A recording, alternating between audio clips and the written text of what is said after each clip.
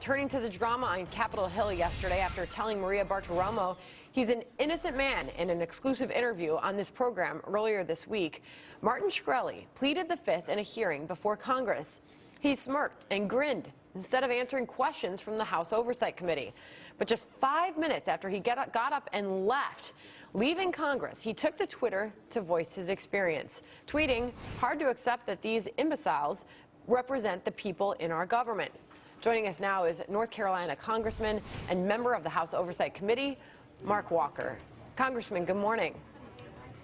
Good morning, Sandra. Good to be with you. So what did you make of Mr. Shkreli's reaction, the facial expressions, the smirking, and quite frankly, just his dismissal of talking to Congress altogether?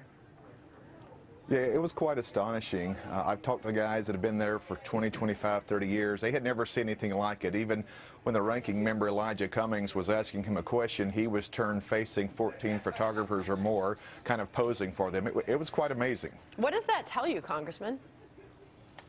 Well, it tells a little bit about his attitude and his lackluster approach of what's important. Now, I will also go and say it wasn't just about Martin Shkreli there. It was also about the FDA. People like Martin are allowed to manipulate the markets when the FDA is not pushing through some of these manufacturers. Right now, there are close to 3,000 pharmaceutical manufacturers that have been waiting as long as 4 years, 3.5 to 4 years, to get some of the product on the market.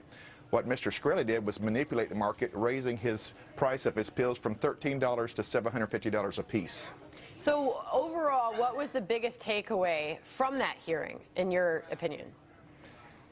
Well, I think Charles Payne addressed it yesterday afternoon pretty well. When government gets involved, sometimes it can even create more costs. I guess the driving point of this is making sure that the regulation agencies are moving in a manner that allows the free markets to move as quickly as possible. Well, Congressman, that's a great tease. We've actually got Charles Payne coming up in the next hour for the full hour. We'll talk to him about this and the jobs report coming out. But I want to bring in my guests this hour. Jack Otter, you've been following this story. The congressman was there reacting to the gestures that he observed from Mr. Shkreli and the takeaway about the FDA as well. Well, I do want to pick up on that point about regulation. So there was an interesting op-ed in the Journal about 2 weeks ago where the writer, and I can't recall the company, but it's a generic drug firm, and he said he could make this same compound for 99 cents a pill that Shkreli is charging $750 for. So clearly there are ways we could change regulations to allow these things to get through quicker. Now, we have all heard the horror stories. People are given a drug that damages them far worse than the disease it was supposed to cure. So I don't want to go to a situation where you can just throw drugs out there. No, after a few people die, the free market will decide we're not going to buy that anymore. Drugs are different from other products, but still there's a way to accelerate the process. So, Congressman, what do you make of that? I mean, what happens now? Can there be changes in regulations? Yes, I think there can be, and part of the House oversight is making sure that the FDA and other agencies are expediting in a way that it benefits the American public. We don't go after the free markets and capitalism. As crude as it is and as greedy as Martin Shkreli is, he's allowed to drive up that price. What he's not allowed to do is continue to manipulate. I know there's other charges as far as him defrauding investors, but the other factor that hasn't been talked about, a lot of this Duraprim is paid on Medicare, which is a taxpayer's funding, so that does put a little bit different dimension as far as what kind of oversight we have on this situation. Hey, Congressman, seeing Martin Shkreli over the course of the last several months, kind of what I saw yesterday didn't really surprise me. So when you called him down to testify there, did you guys kind of think you were going to get more openness from him, or was it kind of expected that he was going to come in and not really plead the Fifth and not really give too much information?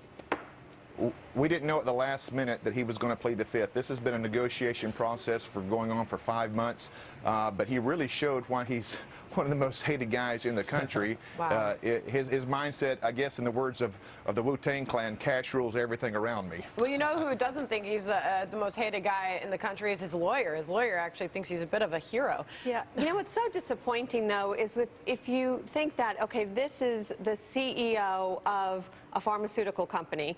Granted, he's only 32 years old, but you would expect better behavior. These are drugs that are saving people's lives. And the fact that he sat there, you could see why other CEOs of pharmaceutical companies are going to be very upset that he's giving them and the industry a bad name.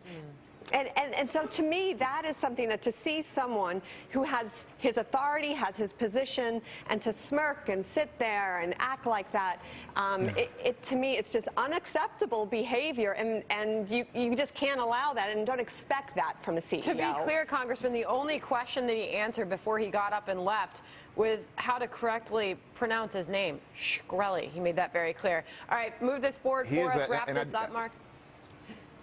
Yes, I did ask the executive there that was there with Turing. I said, do you not have a code of conduct for your shareholders, or in this case, the CEO? Come to find out they had only installed one just about 3 or 4 weeks ago. All right. Congressman, thank you.